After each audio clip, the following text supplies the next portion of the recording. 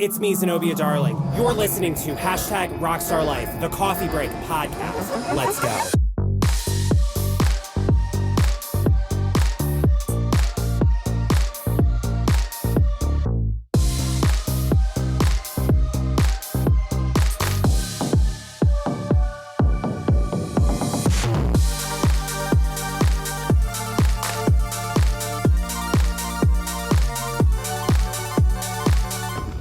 Where the hell's my cold brew at?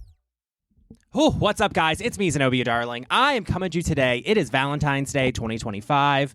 It is just a bright, sunny day here in Maryland. It's bitterly cold, and Valentine's Day is just annoying to me. I fucking hate it. I think it's one of the most capitalistic holidays we have, and I just think it's bullshit, and it props up heteronormative people in boring, miserable relationships. So there are my thoughts on it. I just don't understand it. And also, like, if you're dating somebody, do not take them out to a restaurant on Valentine's Day. Like, it is one of the worst days of the year to go. Like, you never go to a restaurant on the day before Thanksgiving, Christmas Eve, New Year's Eve, Valentine's Day, Easter, Sunday, and Mother's Day. So those are like the 5 days never in a restaurant. I bartended most of my life, worked in restaurants most of my 20s.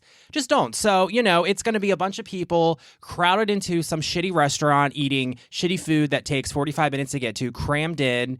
It's bullshit. So I just hate Valentine's Day. So what I'm doing, I'm podcasting. I'm in the process of moving, which I'll get into in a minute. And I was watching actually the Diddy stuff, and I've been watching a lot of other documentaries like the Wendy Williams one. And after watching the Wendy Williams one, I've decided I got to do an espresso shot on this. This new TMZ Wendy Williams documentary called Saving Wendy Williams. So Harvey Levin interviewed her. It was so dark. I had so many thoughts about it. It made me cry. It made me just sad for Wendy. That woman is my idol. So I figured, let's get into it. I'll give you guys a full espresso shot. So before we get started into sipping the amazing Wendy Williams espresso that I have prepared for this, I have two major life updates that I'm going to spill today because, as I kind of talked about a little bit, I am in the process of moving. So I am, after 10 years of being in my East Coast art studio in Havre de Grace, where it is now, I'm moving into another place. It's in Havre de Grace. I'm not going to say where in Havre de Grace, but it's on the other side of town. It's a better, bigger space. You know, it's time to upgrade. And so I've been kind of moving. Like, I have a shit ton of art, so we're in that process. So, you know, it's been a lot. I am going to be taking the next 2 weeks off from the podcast just because moving. And then the other big thing that I'm doing is I am going into hairstyling. So I've decided, after this took about 6 months to make this decision. Last year, I kept getting job offers to do hair and makeup for a TV show that's shot in Maryland. And I couldn't take it because I didn't have the hair certification. I can do the makeup side, I can't do the hair side. And it required it. And I just kept thinking about it. Like, I've always had this interest in doing hair. I've always had an interest in, you know, beauty and cosmetics and all that stuff. And after talking to Abby, who works at Odyssey Salon, who does the Mohawk, did the Mohawk for Theory Anarchy, all that stuff, kept me looking my punk rock star self all year. You know, she's a senior cosmetologist, and after talking to the salon owner, I've decided I'm doing a 15-month hairstyling apprenticeship with Abby starting March 1st. So I'm really excited. Here, let's give the applause, you know, because I just think it's an important thing, and it's just an important step in my journey. I'm still doing art. I'm still going to be doing the podcast, you know, like that all still goes, but I'm just adding this in, and I don't know. I'm really excited about it. So I've never really talked about it, but in middle school, I knew I didn't want to go to Havre de Grace High School. I didn't. I knew that I was like the weird gay goth kid, and I didn't want to deal with it. And I wanted to go to the vocational high school for cosmetology, but it never happened. Just there was a lot of pressure from my family saying I shouldn't do it and just stuff like that. And so here I am, 33, I did say my real age, oops, just making a big change in my life. And I'm just super excited about it. Odyssey Salon in Aberdeen, Maryland. So they are sponsor of the podcast. So you will have an ad from them, and they will be more incorporated into my brand and whatnot. And I will be there for the next probably 2 years because doing this hair styling apprenticeship. So I'm just super excited about it. And I'm super excited just to get into this journey. Like, again, when I went to Towson for theater, I have my minors in costume design. And all that stuff in wardrobe. And this is another chunk to it. So actually getting a certification just opens up a lot more doors to me for just, I don't know. And just like, I don't want to get too much into it, but where I currently work at, it just, I don't know.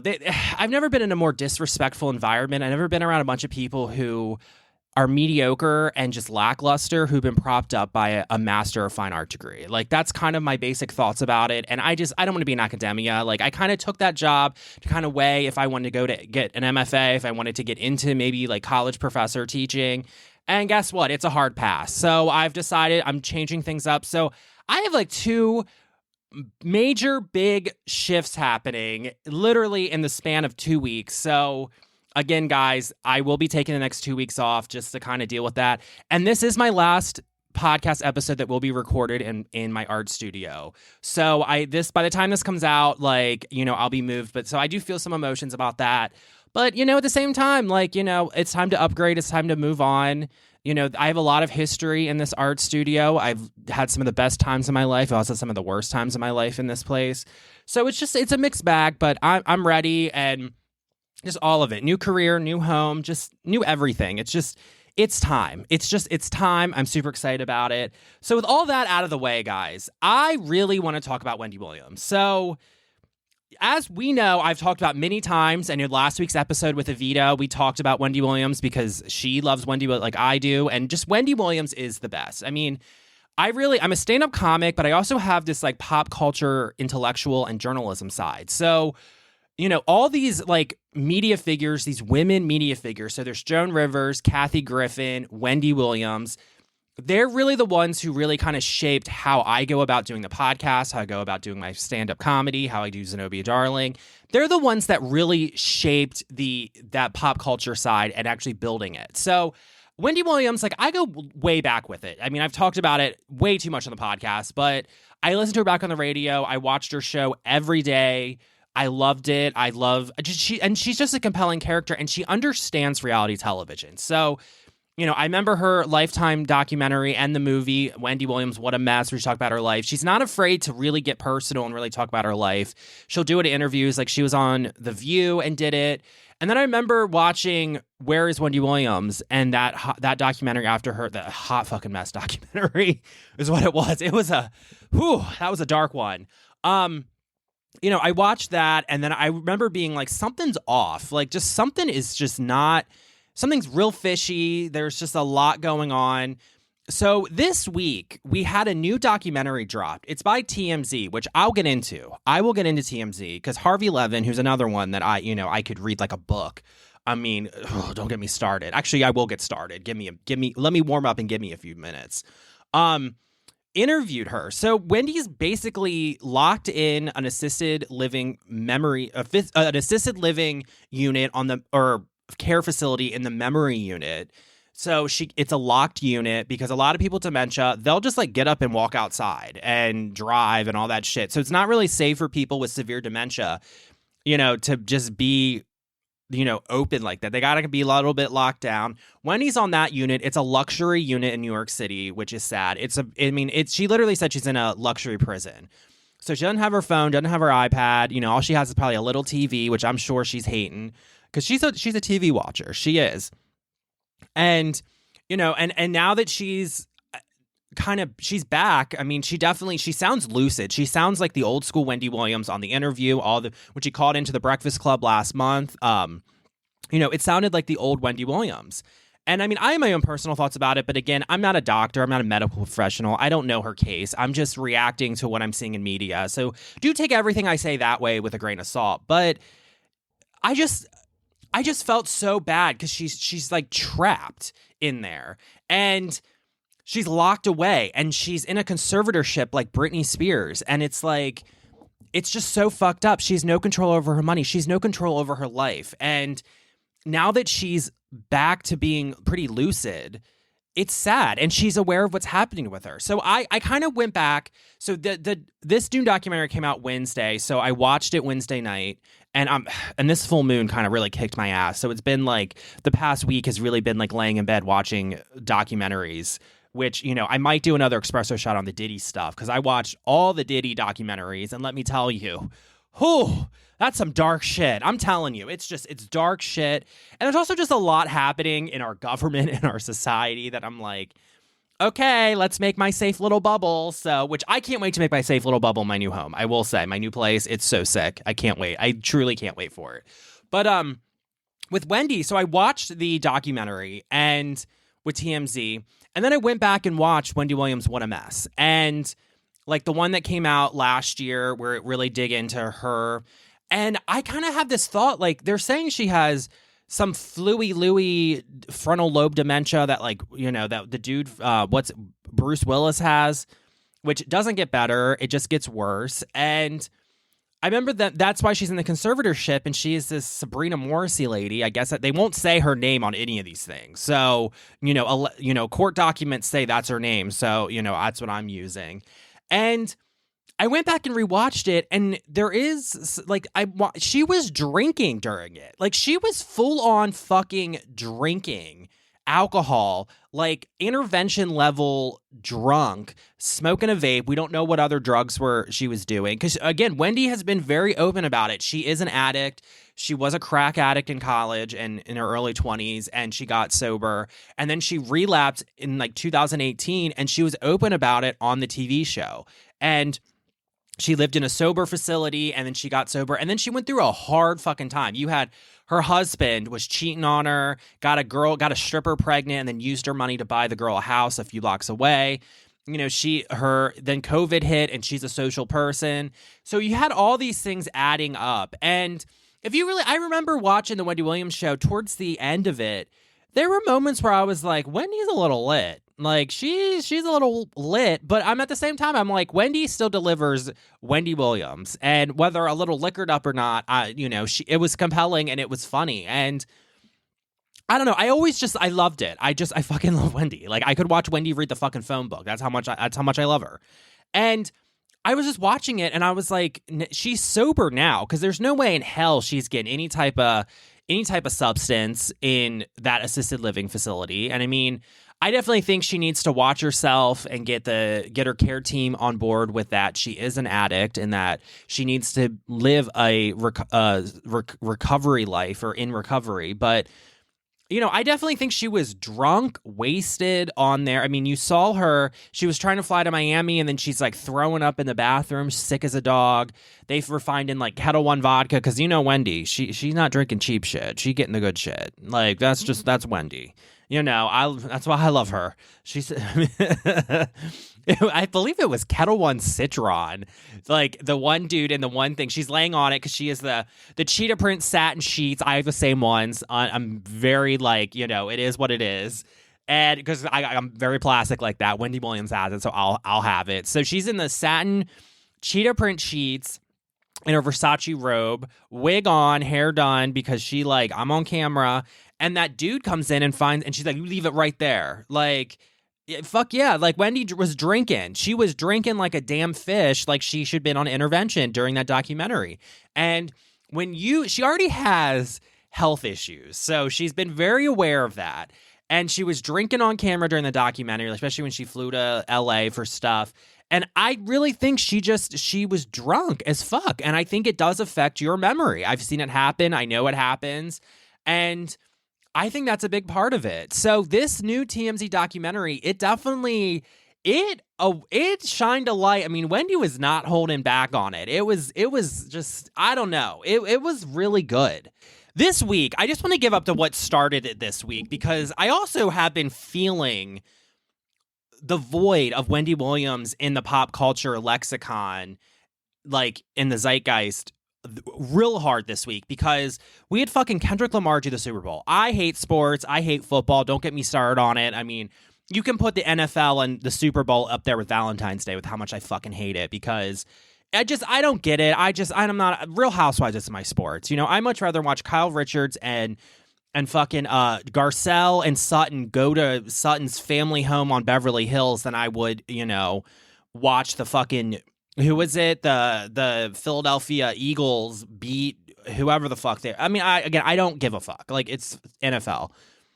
And the only time I really watch it was I would watch the halftime show, especially when like fucking Gaga performed, Madonna performed. Like, hell yeah. Oh, side note on Madonna. I just saw on Instagram where she is in the I almost said art studio. She's in the recording studio working on Confession of the Dance Floor Part 2, which I fucking lit up. She was a Valentine's Day post. I can't wait. That Confession of the Dance Floor Madonna is probably the greatest. So side note on that, but so Kendrick Lamar did the Super Bowl halftime show. And in it, he did that diss song to Drake. And he looked right in the camera and he was like, so Drake, and talking about how Drake's a pedophile and likes minors, which, I mean, that's been rumored forever. And, and this is my thoughts on it. I love hip hop. I mean, I fucking love it. And I especially love a hip hop feud. I mean, Nicki Minaj, Remy Ma, that feud from 2017 is probably one of the greatest feuds ever because Remy Ma fucking owned Nicki Minaj with a 7-minute diss track, Sheether. You can find it on the internet. Just coming for, because apparently, and this is something that a lot of rappers have said, Nicki Minaj is not a nice person. I fucking love Nicki Minaj. Do not get me started on Nicki. I mean, she was on my 2024 Spotify Wrapped list in December. I think Nicki Minaj was number 4. So I think it was Lady Gaga's number 1, which we'll get into Abracadabra because I'm fucking dancing like crazy. So I think it was Lady Gaga, Ava Max. I love Ava Max. Kylie Minogue. Kylie Minogue. Oh, I'm seeing her in April. I'm so excited. Fucking love Kylie Minogue. Nicki Minaj, and then it was a band Cruella, who is my favorite EDM band. So, it was a good little mix, but, so I love Nicki Minaj, and I understand that Nicki Minaj might not be the nicest person, but I respect her art, and I respect her ability to rap. But apparently she was coming from Remy Ma, and Remy Ma don't play. I mean, she was locked up for 6 years in jail. So, we got that coming, and she just ended her. And Wendy was talking about it. So when all that shit happened with Kendrick Lamar talking about Drake, I woke up Monday morning and I was like, I don't give a fuck about it. I didn't even watch it there. I mean, I will say I do respect Kendrick Lamar. I think he's a punk artist. I think he's an amazing hip hop star, rapper, poet, everything. And the performance art of the show, I did watch it finally on Monday, his halftime, and I thought it was very good. It was, I don't know, it was very punk the way he did it, and it was very, I don't know, it was good performance art. I really just as a performance artist and a theater person, I appreciate good theater and good performance art. And Kendrick Lamar delivered, which I loved, but he came right for Drake, looked right in the camera. Hey, Drake. I love it, and did it, and then the whole thing was he was kind of editing it, so he took out the A minor, and you could tell everyone in the stands was singing it, and it's like, Drake, you're fucking ended after winning 5 Grammy Awards for that song at the Grammys the week before. Dude, play. And let's get into Drake too, because Drake has always been fucking corny. So I will admit this. Degrassi: The Next Generation. It was this cheesy, corny as fuck teen soap opera out of Canada that just was awful. Drake, I should say Aubrey, was on it playing, I forget his character. I remember one time he got shot in a school shooting and was in a wheelchair the rest of the series, and it's just fucking corny. Drake has always been corny. I'm just like, dude, no matter how hard you act on fucking stage, you're a joke. It's all an act, and not only that, I don't know. And plus, I watched Wendy all my life, and Wendy would call out all his fucking scandals that he would have and all the bullshit, knocking up a French porn star and denying the baby forever, shit like that. Where I'm just like, dude, you're a joke, you're a clown, get the fuck out of here. Kendrick Lamar, actually is an artist. Drake, you're just acting as one. Really, it's fucking corny. And so I woke up and I wanted Wendy to talk about it. I was like, Wendy Williams would come on live at 10 a.m. in fucking New York City Monday morning and would devote her probably first 10 minutes of her 25-minute Hot Topic segment of her TV show talking about the Drake and the Kendrick Lamar feud, because it's been happening for a while. And so I didn't fucking get it. I was Googling because I was kind of following it, but I didn't really. And then Drake did the pussy way out of, now he's suing Universal Music, the record label that represent both him and Kendrick Lamar, which I'm like, stupid move, dude. But it's it's hip hop. You're supposed to battle. You battle with your words and your raps. That's the culture. And it's dude, you're a privileged, rich kid from Toronto. You're not a real rapper who represents the true culture of rap and hip hop. Kendrick Lamar does. He comes from Compton. He's talking about it. And it's you're instead of fighting back in the raps and whatnot, like get into a hip hop battle. You're gonna fucking sue your own record label. Like, get the fuck out of here. That's such a pussy bullshit move. And I knew Wendy, who was in radio, understands hip hop culture, would understand all of this. So when she wasn't on the fucking TV at 10 a.m. live out of New York Monday morning, I was like, damn, I miss Wendy. I miss that girl. There's been a lot, like, there has been a lot of things that have happened since Wendy disappeared out of the spotlight that I'm like, I want Wendy talking about it, because she would talk about it. She didn't give a fuck. She was always right about everything, and she would give you unfiltered, her own take, her own tea on it. She would do it in her compelling, funny way, and it's like, I just miss Wendy Williams. So, all right, guys, I've been talking for like 20 minutes. I'm gonna put the ad break in here. I'll be right back to finish this espresso shot on Wendy Williams. See Salon and Day Spa in Aberdeen. Tell them Zenobia sent you, and show the world how fabulous us rock stars look. And you never know, you might read into yours truly. The link to book your visit to unlock your fabulosity is in the episode description. Hey there, ghost-loving rebels. It's Zenobia Darling, your paranormal punk rock queen. We premiered my newest art film, Ethereal Anarchy, Zenobia Darling's Haunted Revolution, on November 1st with my opening reception of my immersive art exhibition, The Paranormal Realm Beyond the Lore. Let me tell you, Part 1 of this film captured one of the most profound paranormal experiences I've ever had, and it was met with roaring applause and accolades. And yes, we filmed it in true punk rock fashion to bring you even more content. But Huns, the revolution is just getting started, and we need you to bring Part 2 to life.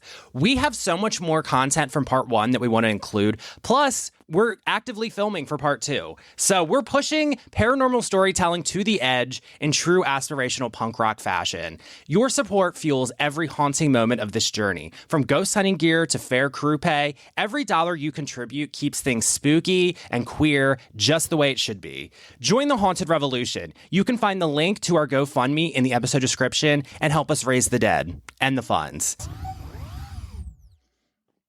All right, guys, and we're back. So let's get into the actual TMZ documentary, Saving Wendy Williams. So again, after feeling the void of Wendy Williams, and just this full moon and everything, I was just like, fuck. Like, I'm feeling really like, I know Kathy Griffin did an interview. Was on a podcast Monday, which I watched, which kind of did it. But I was like, I just miss Wendy. And then long and behold, here comes Harvey fucking Levin from, which there's a history there with Kathy Griffin with Harvey Levin, which I'll get into. But, here comes Harvey Levin doing an interview with Wendy Williams, who, like, it was just so sad. And, like, TMZ produced it, and I guess TMZ wants to get into, like, the docuseries, like, style things that are popping up now. Like, the Diddy one was like that, and, so they want to get into that type of media. So Harvey Levin is wanted to interview Wendy. So they get her niece on, who's like a Miami news journalist for like the local news station there, who surprisingly, watching the Diddy documentary, popped up in because she was reporting on it and they showed one of her things. And I was like, wait a minute, that's Wendy's niece. So, Wendy's niece, I will say she's media trained. I appreciate her talking about it. So I'm pretty sure the niece is orchestrating it too, as long as with Wendy. So Wendy is locked away, but she doesn't have her phone, but she can't accept calls, but she can call out. And so I think between that, they orchestrated, because she called into the Breakfast Club. She did a few other interviews. Like, there was an interview she did that just was released yesterday with ABC News or NBC News, one of them, like Nightline or Good Morning America, one of the ones. I lose track. And I don't know, because they're all corporate media, and I'm just kind of like, what are they doing? So, I don't really watch them for news, but when the entertainment stuff comes up, I do kind of watch it. And, they are talking about it, because a lot of people are talking about Wendy Williams. So, so she called in. I remember she called in The Breakfast Club, Don Lemon, and then it was like, it was all them. So Harvey Levin, it actually was shot on the day of President Trump's inauguration, which I'm like, okay, that tracks. So it was like a few weeks ago. And so Harvey Levin is seated in a chair. He's based out of LA, so he's probably in LA. I mean, I don't know. Let me just say, for a 74-year-old gay man, Harvey, you're looking a little too, what's it called? Clearly you like the gym, but I think there might be some other things allegedly happening, like some enhancers. Because I'm just like, And then his fucking hair and beard. I'm like, It was clearly just for men. I mean, he clearly dyes it. I was like, oh, ooh. And then he was given, like, I don't know if it was a Botox face, but the whole time he just had this, like, weird off look about it. Like, just go watch the documentary and you're kind of like, what the fuck is that face, Harvey? And it was like his resting face. It's almost like a resting bitch face, but it's like a resting, just like, I don't know, demon face. Like, it's just like a Picasso painting. Like, I don't know. It just looked weird. And then he has like his like Just for Men hair, which you guys know what Just for Men is. It's the hair dye for men to cover grays. So he clearly does that. He's got his little beard now. And I was sitting there, I was like, how old is he? I mean, he looks in his 50s. He's fucking 74 years old. I'm like, you gotta be fucking kidding me. You gotta be fucking kidding me. So, like, but sidetrack on Harvey Levin and TMZ. TMZ is a gossip blog, and Kathy Griffin fucking came for them. So, and also Harvey Levin is very close to Donald Trump. So he's kind of like a wing of propaganda for the Trump White House. He was back during Trump's first presidency, and then I'm sure he still has those connections, and now he's just getting more clout for himself, especially with this documentary. But you know, Harvey, you can do it when it comes to entertainment. Like Wendy Williams, I'm down for. But when it starts being coded with coming from the White House, like the whole Kathy Griffin thing. So when Kathy Griffin did the Trump photo that got her like canceled back in 2017, that whole scandal started on I'm born May 30th. And it started May 30th, 2017. I remember it because I was like, this is a sign. This is a fucking sign because Kathy Griffin's my idol. TMZ was the first one reporting it. TMZ was reporting her firing from CNN. They were reporting her tour cancellation. She was in the middle of an 80-city tour. They were canceling the cancellations of it in real time. They were coming for her hard, any little thing. And I think that Harvey Levin had an instrumental role in fucking over Kathy Griffin, directed by Donald Trump and his cronies in the White House. So that's all. It's not a conspiracy theory. These are all like, Kathy Griffin has talked openly about it. Watch her send-off special, Kathy Griffin, A Hell of a Story. Watch her media interviews. She talks about it. But TMZ was very instrumental in this. And I've always had an issue with TMZ because it just felt like it took tabloid gossip to a whole new, darker, just grosser level that I don't really like. I remember then when Britney Spears was like shaving her head, going through her issues. It's weird. It never felt good. Like, it just felt like it's like the worst activity that these tabloid medias do on steroids. So TMZ, it stands for the 30 Mile Zone because it was like the celebrities, and they'd be the ones like catching people in, trying to get them in scandals. It's like, it's just weird to me. And so going into it, I already had that like TMZ like factor happening. And also Kathy Griffin got pissed.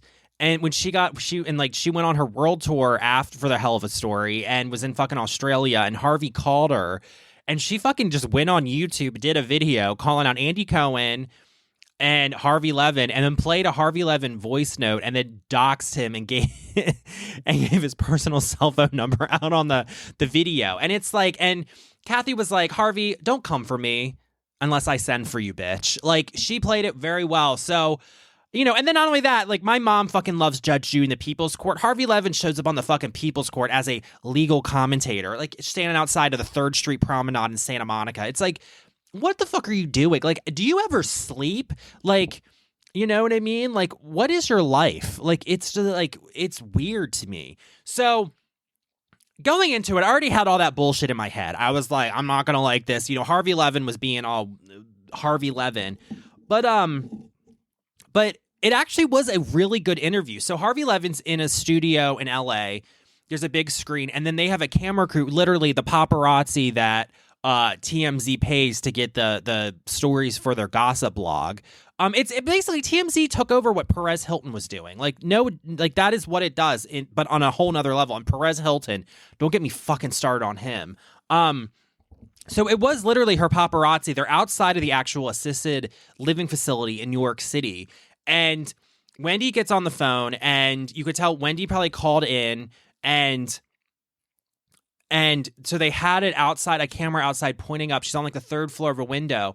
We see her. She's in a wig. She looks good. She looks skinny. She looks healthy. She looks lucid. She's in a cute dark wig with a bang piece.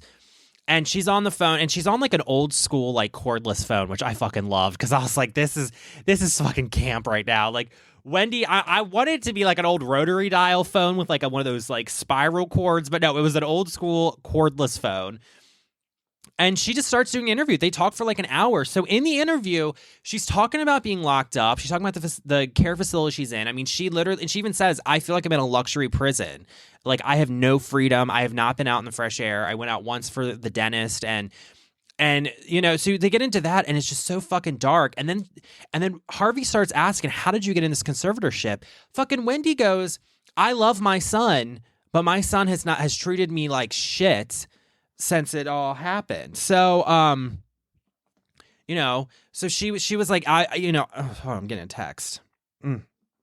So Wendy said, you know, I love my son, but he's treating me like shit. And then they get into it. Apparently the son was the one that was financially exploiting her to get Wells Fargo to put the conservatorship on her money. And I was like, what the I knew it. Especially knowing that and rewatching Where is Wendy Williams, the documentary that came out last year about it, I'm kind of like, the son was being kind of shady and shifty during it. I mean, I could tell something was up with him, and they were kind of dancing around it, and you could tell the family's pissed. You can tell the niece knows what's up. And so apparently he rented a yacht in Miami for like $130,000 for his birthday, and that's what kicked it off. So, you know, which is fucked up. That's real fucked up. You know, that's Wendy's money. She was the one coming on live in New York 4 days a week. You know, she was the one hustling, doing the stuff, doing the media appearances, earning that fucking money. Yes, that's your kid, but again, that's not your money. I don't even know his name. So they got into that, and then they got into like, you know, the dementia diagnosis. And Wendy's like, I'm good now. I'm clean. I'm sober. You know, I don't deserve to be locked in here. And Wendy had, you could tell like she's back. Like you could tell she was lucid, and she's like definitely like pretty sober now. And, you know, but I was blown away. I just was fucking blown away. And then Harvey even made that comment, like there is such a thing as a dementia caused by alcohol abuse. And, you know, and I definitely think that's what's happening. Like, I definitely think that's what happened. And now that she's clean and sober, and then I'm thinking, then the freaking interviews they had for the TMZ, they had a Good Day LA anchor, this New York Italian woman that owns an Italian restaurant, and she was like, yeah, Wendy would come in and we didn't serve her because she clearly was drunk. We would always make sure she had food, but we weren't serving her alcohol because she was already liquored up. And it was like stuff like that. And then you see some of her friends, and you see them interviewing like a conservatorship person, advocate, and all that stuff. And it's so fucking crazy to me. It's so crazy to me that in our society that this can happen to these the whole Britney Spears thing, which I'll touch on a little bit. Like, you know, I fucking love Britney Spears. Like, I've talked about it before. I've seen Britney at Trainwreck Britney. I've seen her at the height of her everything. Britney is the best. Like, I fucking love Britney. And it's coded in that language. It's that whole thing.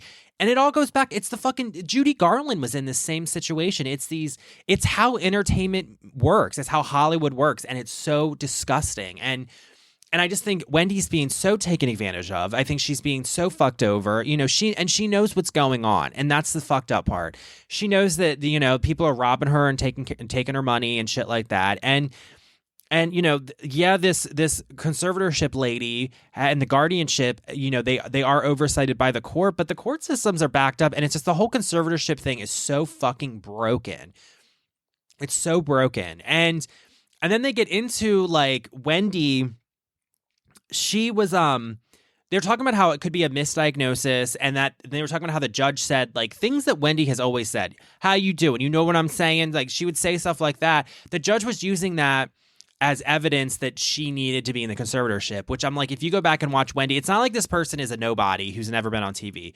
Wendy she was on live TV and live radio since like 1998. So it's like, you know, she if you go back, she was always saying stuff like, I mean, her catchphrase is, how you doing? Like that's her catchphrase. And it's like, you know, so it's like clearly the judge, you know, is ill-informed about who the fuck Wendy Williams is. The other thing that I thought was very fascinating was the son couldn't be interviewed. So the judge has a gag order for anyone involved in conservatorship. So the son, the Sabrina Morrissey lady, like they couldn't talk to TMZ. And you know TMZ was asking. I mean, they're dirty enough that they would be reaching out to everybody to get comments. So, so we had that. And then Harvey does one of the best things I think that should have happened. Charlemagne did it a little bit on The Breakfast Club, but Harvey did it. Wendy, I'm going to ask you some hot topic questions because I want people to make a judgment for themselves. Fucking asked her about Donald Trump. Wendy was talking about meeting Donald Trump and Donald Trump coming on the Wendy Williams show, stuff like that. Fucking asked her. God, fucking asked her about Taylor and Travis Kelce. And I was like, asked her about, she wouldn't talk about Diddy. She would not talk about Diddy. All she said was, Diddy done. He needs to go into jail for life, and he needs to be. Because Wendy has some tea with, that's what I want. After all this shit is said and done with Diddy, I want it to be like an hour-long special. Do it on 2020, 60 minutes on, just fuck it. Just give Wendy a camera and have her talk. I want Wendy to go in on Diddy. I want her to talk about it. I want her to know. I want her to tell all the shit she knows, all the shit she's been saying, all the things. Because, I mean, this is all like alleged, but Wendy has said that Diddy had tried to come. He sent a girl group to jump her when she was leaving off her shift at the radio station back in the early 2000s. And it's like, Wendy knows some shit. Wendy knows some shit. And it's like, Wendy, just fucking talk. Just fucking get on mic, get on that. Just go to radio and talk. Cause it's just, I don't know. I want it to happen. All she said though was, Diddy done. He going to jail for life. Yup. And after watching the documentary and after hearing some of the things I heard, I think he does too. So it's just, I don't know. That Diddy documentary, I watched the HBO Max one, and then I watched the Peacock one, which Diddy's actually suing NBC Universal and Peacock for airing because there was some stuff like, they got more into like how he come up and some of the other stuff. The fucking HBO one, fucking that assistant talking.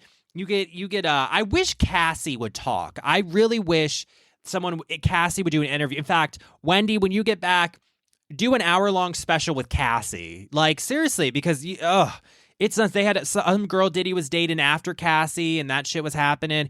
It's dark. It's fucking dark. The whole Diddy thing is dark. It's so, I don't know. I really don't know.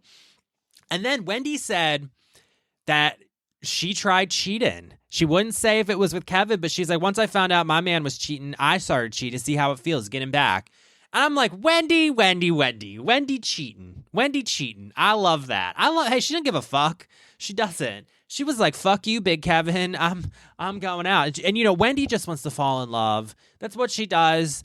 But, it is, I don't know. It's just, they got her talking. And it's like old school Wendy came back. And then they asked her, Wendy just wants, her 92-year-old father lives in Miami. She wants to go down and visit him for his birthday. She did get approved to do it, so that is good. But when that was recorded, she didn't know. And it's like, that's fucked up. Like, that's kind of fucked up. Like, that's the fucked up reality of our conservatorship situation. And she just wants to be with her family. She wants to just, and then Harvey ended it asking her, what does the future look like for you? And she was like, I want out of this conservatorship. I want my freedom back. And it's one of those things where Wendy wants to talk. Like, Wendy wants to talk about these things. She needs to be in the public zeitgeist. Like, she needs to do it. And like, I truly can't wait. I want her back. Like, if she gets on a TV show or gets her show back, I would watch it. I wish, if it was a YouTube show, I would love for her to have a podcast because, being on radio for years, she can easily be on a podcast. She can easily be on television. And like what Wendy does, like I'm saying this like as a professional performer, as a podcaster, doing what Wendy did is not easy. Like, to be able to go live and talk straight to camera for 25 minutes at like 5 days a week is intense. And to be compelling and to hold the audience like she did, to sit there, it's not easy. It's just in the past year, after doing this for about 8 years, I've just finally gotten good at maintaining that and like doing it. Like it's one of those things like you have to love it. I fucking love it. I love coming to mic. Every time I get to come on mic or get, like it used to be on stage, but anymore I'm live performing. I'm taking a break from it. But like anytime I can be on mic like this, it's my happy place, and that it has to be that. And Wendy's the exact same way. And you naturally have to have the talent, but even with the talent, you have to work at it. You have to develop it. It's, and you always are developing it. And it's something I'm always doing. And that's why I love Wendy, because I look up to her and I'm like, I see so much of myself in her. I see so much of myself in Kathy Griffin that it's like, I work at it. I build my improv comedy. I build the way I talk. I build everything, my pop culture journalism and intellectualism and all that stuff. And it's just, I don't know. Like I wish she was on a podcast, and she did say like, I want my money taken care of, which can easily happen, but she needs out of the damn conservatorship. So I don't know. It made me really sad. It made me, I don't know, like I took a screenshot of her at the end because she looked right into the paparazzi camera from her third floor and struck the pose, and you could just tell Wendy's back. And I took a screenshot of it, and that's the cover art for this episode. So I don't know, guys. So wrapping up, free Wendy Williams. She deserves it. She's the greatest. I love that woman so much. It breaks my heart truly to see what she's in. And with that, guys, I will end it. Again, I'm taking a few weeks off from the podcast, so still say subscribe to the podcast. I might. I don't know. Once I move into my apartment, I might have to get on my mic, but I'll come back. I got some good interviews lined up in March that I'm looking forward to, and I will be back in a few weeks just to spill the tea and have some coffee breaks and espresso shots with you guys. So, all right, guys, peace out.